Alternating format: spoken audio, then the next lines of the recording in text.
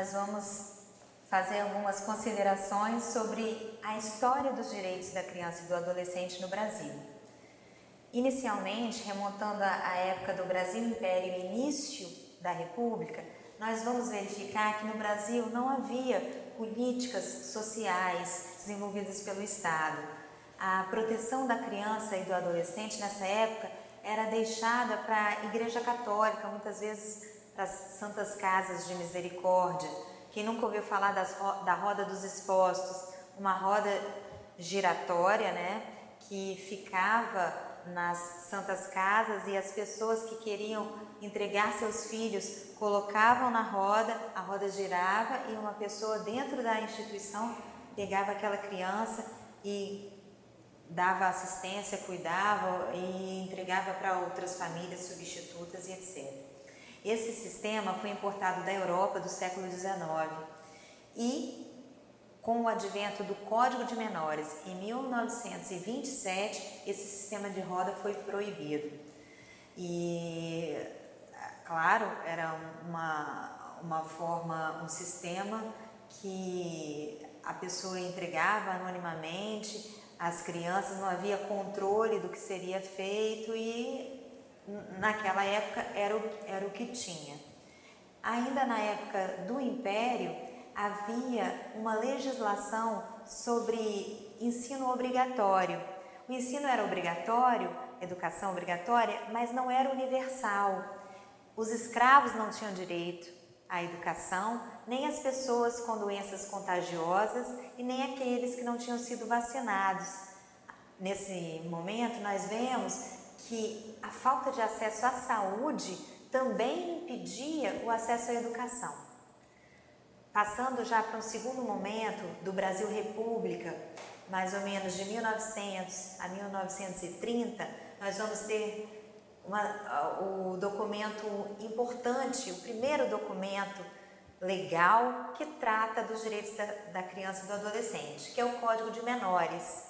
O Código de Menores, como eu falei, ele data de 1927 e é a primeira lei a falar dos direitos das crianças e adolescentes. No entanto, ele não se dirige a todas as crianças e adolescentes. Ele trata apenas daquelas crianças e adolescentes que estariam em situação irregular. O que seria essa situação irregular? Seriam crianças e adolescentes abandonados, carentes, órfãos ou que praticaram ato infracional. Também, nesse período, foi instalado o primeiro juizado de menores. Isso ocorreu em 1923 e o primeiro juiz de menores foi o José Cândido de Melo Matos. Ele também contribuiu muito para a promulgação do primeiro código. Tanto é que o primeiro Código de Menores, esse de 1927, também é conhecido como Código Melo Matos. Após essa fase histórica, nós entramos no Estado Novo, de 1930 a 1945, um período de um governo mais autoritário. E nesse período, nós vamos ver que a própria história dos direitos da criança e do adolescente reflete esse período autoritário. Foi nessa época que foi instalado o SAM, Serviço de Assistência ao Menor. O Serviço de Assistência ao Menor era uma instituição que fazia como um serviço penitenciário para os menores de 18 anos, mas também promovia a assistência social aos adolescentes e crianças carentes, órfãos e etc. Foi muito criticado por ter um caráter muito repressivo, correcional, repressivo e assistencial, mas na época era o que tinha.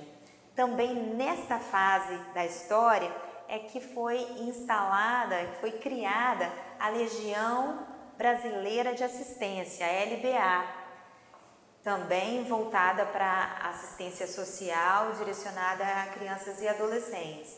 Nessa época também foram implementados alguns programas como a Casa do Pequeno Lavrador, Casa do Pequeno Trabalhador e Casa do Pequeno Jornaleiro, que eram programas para estimular a inserção no mercado de trabalho de adolescentes e também de cunho assistencial. E também a Casa das Meninas, que tinha um propósito socioeducativo e assistencial ao mesmo tempo. Logo após essa fase histórica, nós vamos para um período entre 1945 e 1964, o período da redemocratização. Nesse período a gente destaca a instalação do primeiro escritório do Unicef no Brasil. Esse escritório do Unicef foi instalado na cidade de João Pessoa, na Paraíba, em 1950. E inicialmente ele focou nas questões de saúde das crianças e adolescentes e das gestantes. Após esse período, nós vamos ter o famoso período do regime militar, de 64 a 79. O período do regime militar, autoritário também, ele destaca dois pontos importantes e relevantes no histórico dos direitos da criança e do adolescente. A instalação da FUNABEM, Fundação Nacional de Bem-Estar ao Menor, e a revisão do Código de Menores, o Código de 79, que foi revisado, mas continuou com os mesmos princípios daquele código anterior, também direcionado às crianças e adolescentes em situação irregular. Esse Código de 79, ele traz o conceito de situação irregular e deixa também a cargo da autoridade judiciária a definição do destino das crianças e adolescentes sem a previsão de parâmetros legais para tomada de decisão entre uma possibilidade ou outra. A FUNABEM, nós também temos que falar, ela era uma instituição também de caráter correcional e assistencial que herdou o prédio, os recursos humanos, todos do SAM e também aquela cultura. Então, também uma entidade que foi bastante criticada e depois, ao longo dos anos, nós fomos vendo as reformas e os avanços. Após esse período da ditadura, nós vamos ter a década de 80. A década de 80 foi importantíssima para que nós tivéssemos, na década de 90, a promulgação do Estatuto da Criança e do Adolescente. O ponto mais importante da década de 80 foi a promulgação da nossa Constituição, em 88. A Constituição da República, que é chamada de Constituição Cidadã, que garantiu vários direitos fundamentais e especificou no seu dispositivo 227 direitos fundamentais a todas as crianças e adolescentes e garantiu prioridade absoluta na na garantia desses direitos. A Constituição, então, ela fica em sintonia com outros tratados e documentos internacionais, porque ela vai na direção da doutrina da proteção integral, já desenhada, já contemplada pela Declaração de Direitos da Criança da ONU. Então, é um passo muito grande que a Constituição deu em relação aos direitos da criança e do adolescente, e esse passo, esse novo paradigma de sair daquela doutrina de situação irregular e passar para uma construção de uma doutrina da proteção integral é totalmente absorvido pelo Estatuto da Criança e do Adolescente, que já na década de 90, logo em 1990, ele é promulgado. O Estatuto, ele é uma lei considerada muito avançada, traz todas as garantias e direitos expressamente previstos, está em sintonia e em harmonia com os tratados internacionais, com os documentos internacionais, traz grandes novidades e ferramentas para que a gente possa implementar. Fala da importância do trabalho articulado, operacional entre Ministério Público, Poder Judiciário, Defensoria Pública, Conselho Tutelar, Conselho de Direitos da Criança e todos os profissionais que atuam prestando serviços para crianças e adolescentes, não só na área de assistência social, mas também na área de saúde, educação e os executores das políticas socioeducativas também. O Estatuto fala do Fundo da Infância e da Adolescência, em tanto municipal, estadual e nacional.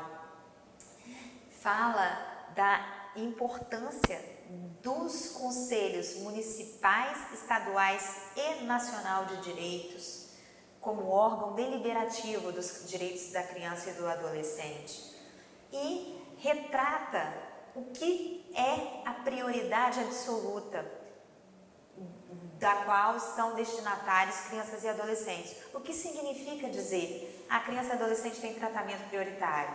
Significa dizer que as políticas públicas devem se voltar preferencialmente para esta área, os investimentos públicos, recursos públicos devem investir com prioridade nessa área, que as crianças e adolescentes têm prioridade no atendimento, preferência no atendimento e na prestação de qualquer serviço público, socorro, saúde, educação.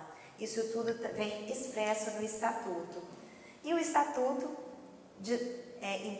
entrega um capítulo ao Conselho Tutelar, define suas atribuições e vários outros aspectos.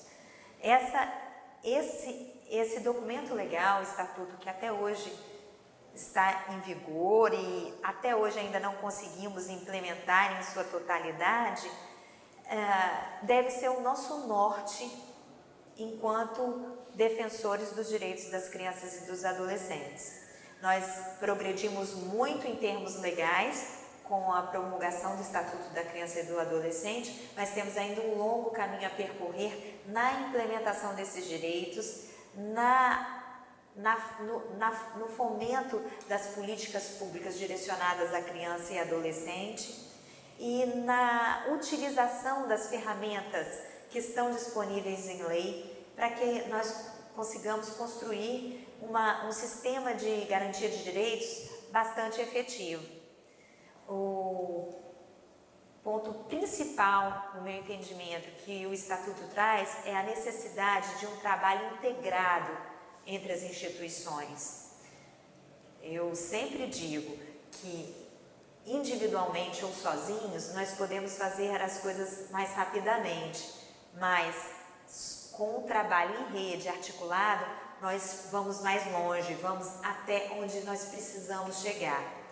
Então, a minha mensagem final nessa capacitação é para que todos aprendam, tenham conhecimento e compartilhem esse conhecimento com seus pares e discutam todos os casos com a rede de proteção para que nós construamos um sistema de garantia de direitos mais forte.